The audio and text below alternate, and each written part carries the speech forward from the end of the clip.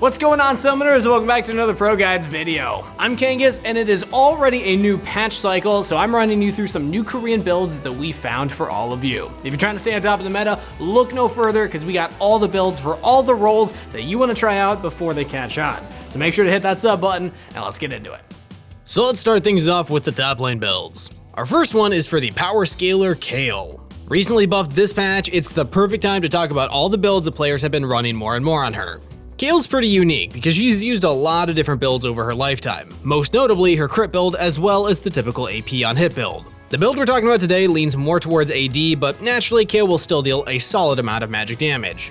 First up are the runes. You'll use Press the Attack, Presence of Mind, Legend Bloodline, Coup de Grace, Biscuit Delivery, Cosmic Insight, Attack Speed, Adaptive Force, and your choice of a defensive rune. In my opinion, you never want to play greedy unless you're in a farm lane. Take flat resistance because as long as you survive and scale up, losing a bit of health in the late game is absolutely worth it. Picks like Kayle require you to slow down a bit and play methodically. It can be kind of challenging, but absolutely worth learning, and you can hit up a coach at ProGuides.com to help you out if you struggle with playing patient lanes. So in this build, the reason you run Press the Attack is that it synergizes perfectly with the items that you build with it. First up, you'll take a Kraken Slayer, then Berserker's Greaves, Guinsoo's Rageblade, Essence Reaver, Nuvori Quickblades, and either Mercurial Scimitar, Guardian Angel, or Zonia's as a final defensive option. Press the Attack and Kraken Slayer combo to provide huge burst damage on your third hit. While we typically see Kayle run Fleet Footwork for some extra mobility and sustain, you can instead use this build if you're trying to play aggressively and increase your damage output. And towards the late game, you'll still have plenty of bonus movement speed from your W anyway. With Guinsoo's recently buffed this patch as well, Kayle is bound to find much more success as a pick. You typically build it right after your mythic item, and once you have this 2-item combo, you will shred foes with a mix of physical, magic, and true damage. Guinsoo's Phantom Hit will allow you to significantly increase the rate at which you activate Kraken Slayer. Guinsoo's is also a great pickup because as you build more crit, you'll gain some extra physical damage on hit. Next up, we got another top lane build, this time for Fiora. What makes this build special is the inclusion of some extra durability. This leads to a tankier build that allows Fiora to act more as a frontliner with tons of sustain. Of course, she still takes down turrets like a monster. For this build, you'll be running runes Grasp of the Undying, Demolish, Bone Plating, Revitalize, Presence of Mind, Last Stand, Attack Speed, Adaptive Force, and your choice of a defensive rune. Take and Resolve Primary allows you to access a ton of useful options. Grasp is easily one of the best trading tools for top laners, and since Fiora is very capable of going for one-hit exchanges and then immediately backing off, she can absolutely abuse this rune to its full potential. Demolish, meanwhile, synergizes excellently with Fiora's playstyle, since taking down turrets is one of her big objectives in the game. Bone Plating is a solid choice at all stages of the game, and Revitalize is also quite strong. The fact that Fiora is able to utilize this tree so well justifies taking it as your primary. Next up are Fiora's items, being Trinity Force, Defensive Boots, Ravenous Hydra, Death Stance, Steric's Gauge, and Spear of Visage. After your core items, you'll begin building a ton of tanky items that also provide you with some more sustain. With this build, you can continue to be a flexible threat against your opponents. You want to be capable of both split pushing and team fighting effectively because you never know how games are going to go. Sometimes your team just runs it down and there's no hope of winning team fights, so you need to start split pushing. Other times, you want to join winnable fights to snowball games and end them earlier. This build provides you with the tools to do both, so definitely give it a try. That's it for the top lane build, so make sure to check out the screen one more time where we'll put things up for you. So this also brings me to our question of the day. What do you think is the most underrated rune in the game, and why? Mine is definitely Unsealed Spellbook because I think it's really strong if you know how to use it, but most people in solo queue won't give it a try just because they prefer something a little more aggressive. But let me know your answers in the comments down below, and let's get back to the video. Next up, let's go into the jungle. The first build we have is for Nidalee. She's been rather popular in high elo especially, and this time we have a build that strays from the typical AP variant that we see. Instead, you're building like a bruiser, ending up a little bit tankier and providing way more consistent damage with basic attacks instead of banking it all landing a single spear.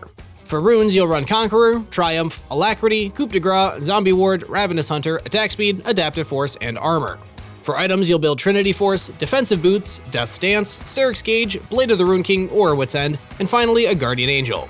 You'll build Wit's End against teams with heavy AP, while Blade of the Ruin King will be your preferred option in most other situations. Oh, and if you're curious, Ember Knife is the more popular option on Nidalee at the moment. Nidalee's clear speed is fast regardless of her build. Your first two items are Trinity Force and Death Stance, meaning that you'll gain some tank stats, and once you finish up Steric's Gauge, you'll end up incredibly durable. A little too tanky for most enemy players' expectations. Add this with Nidalee's insane mobility, and you end up with a pretty tough cat to deal with. And don't forget, this build still provides a solid amount of damage. As a result, you end up being with a character that deals damage, is ridiculously mobile, and incredibly hard to kill. Nobody wants to deal with a champion like that, and since you're jungling, you'll often have access to red buff as well. The slow makes it really hard to escape from you, and even if they want to turn around and fight, this build makes you capable of winning those close quarter ones as well. But if you're looking for something a little more flashy in the jungle, you can try out Jungle Mordekaiser. He's back once again with various changes to the game that have accumulated over several patches. The jungle changes this patch, as well as the buff to Riftmaker, are going to be what pushes him over the edge, and you definitely don't want to sleep on this pick. For runes, run Conqueror, Triumph, Legend Tenacity, Last Stand, Ghost Foro, Ultimate Hunter, Attack Speed, Adaptive Force, and Armor. Next up, you'll build Riftmaker, Ionian Boots of Lucidity, Riley's Crystal Scepter, Zhonya's Hourglass, Spirit Visage, and Demonic Embrace. One thing to note about Mordekaiser is that he actually has an insane first clear speed after the previous jungle buffs that he got. His high AoE damage with his passive and Q allow him to shred through most camps, and the fact that his Q deals bonus damage to isolated targets really helps him clear the big guys as well. But Mordekaiser's jungle clear speed isn't the only thing that he has going for him. You also have a decent gank, which is made obvious by his E and ultimate. Before level 6, a well-aimed E can force enemies to burn flash or eat the pole and suffer from a high risk of death. After level 6, the ganks are free. You just press R and your enemies are stuck in a 1v1 with you. And I'm gonna mention his fast clear one more time, because you're actually able to hit level 6 very quickly because of this. And as a Juggernaut, Mordekaiser also has some really solid 1v1 potential. His W's massive shield, high damage over time with passive, and burst from Q are solid tools that can help him win fights against lots of other champs. The issue with him is of course staying in range, but as long as you can land your E or have your ultimate up, you shouldn't run into too many problems. So we finished up our jungle builds, take one last look at the recap of those, and mid lane is up next. Our first mid lane pick is kind of a crazy one, it's Kindred. After finding a ton of success in the jungle, it's no surprise that mid lane Kindred is also doing pretty well right now. With high mobility, bursty trade patterns, and even some sustain, it's no surprise that they're more than capable of holding their own in the mid lane. Even against assassins, you have your ultimate to bail you out of near-death situations. This also makes it really hard to dive you, making farming it out and scaling up much more plausible. The biggest issue that you'll run across as Kindred mid is that you'll struggle to get some early passive stacks. Not the worst issue, as you can play to catch up later in the game and also look to invade jungle at some points. You can choose to run Summon or Teleport or run Ignite in easier matchups. For runes, take Hail of Blades, Taste of Blood, Eyeball Collection, Ravenous Hunter, Biscuit Delivery, Cosmic Insight, Attack Speed, Adaptive Force, and your choice of a defensive rune. Their items are going to be Gale Force, then Berserker's Greaves. From there, you can make a ton of adjustments based on what you need. Rapid Fire Cannon is great if you need the extra range, but other options are the Collector if you're snowballing, and Essence Reaver if you want the Spellblade effect. Afterwards, you build Infinity Edge to round out the build. As your fifth item, you can build Essence Reaver if you didn't build it before, or instead one of the other options. As your final item, you can build Bloodthirster or Guardian Angel. Gale Force adds to Kindred's already high mobility, making it extra hard to get away from her. You don't really need Shield Bow when playing Kindred because of the ultimate, so going for all-in mobility serves as both an optimal option for both offense and defense. Take one last look at the build on the screen, and next up we got the bot lane.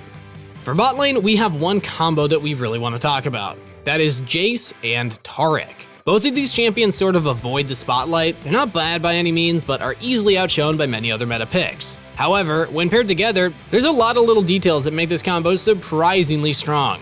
Before we get into it though, let's talk about the runes and items. For Jace's build, you'll run Conqueror, Presence of Mind, Legend Bloodline, Coup de Grace, Taste of Blood, Ravenous Hunter, Double Adaptive Force, and your choice of a defensive rune. For his items, build in this order: Gale Force, Defensive Boots, Tear, the Collector, Manamune, Infinity Edge, and Essence Reaver.